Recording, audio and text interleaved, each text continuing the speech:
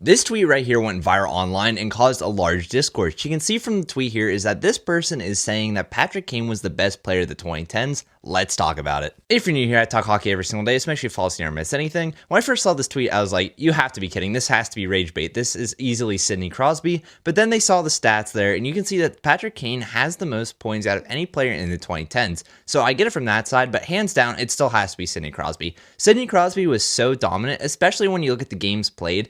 Sidney Crosby had so many points in the 2010s, even with missing over 110 more games than Patrick Kane played. I know that goes into the whole longevity debate. Great players have to be able to last. But at the same time, Sidney Crosby went through so much in the early 2010s and still came back as the best player on the planet. Like, it was utterly amazing. Not to mention that Sidney Crosby has 2 Conn Smythe trophies and Patrick Kane only has 1 in the 2010s. Like, there's a lot that goes into this debate. Both are 3-time Stanley Cup champions, so don't get me wrong, it makes a lot of sense there. But I think if you're not giving this to Sidney Crosby, then you're just flat out wrong. On the other hand, you can also make a debate for Alexander Ovechkin with how many goals he scored in the 2010s. Like, this debate is very interesting. I can obviously see all the different points. I said I go Sidney Crosby, but I can definitely see the reason for a lot of people going with a bunch of different players. So let me know your thoughts on this debate in the comments below.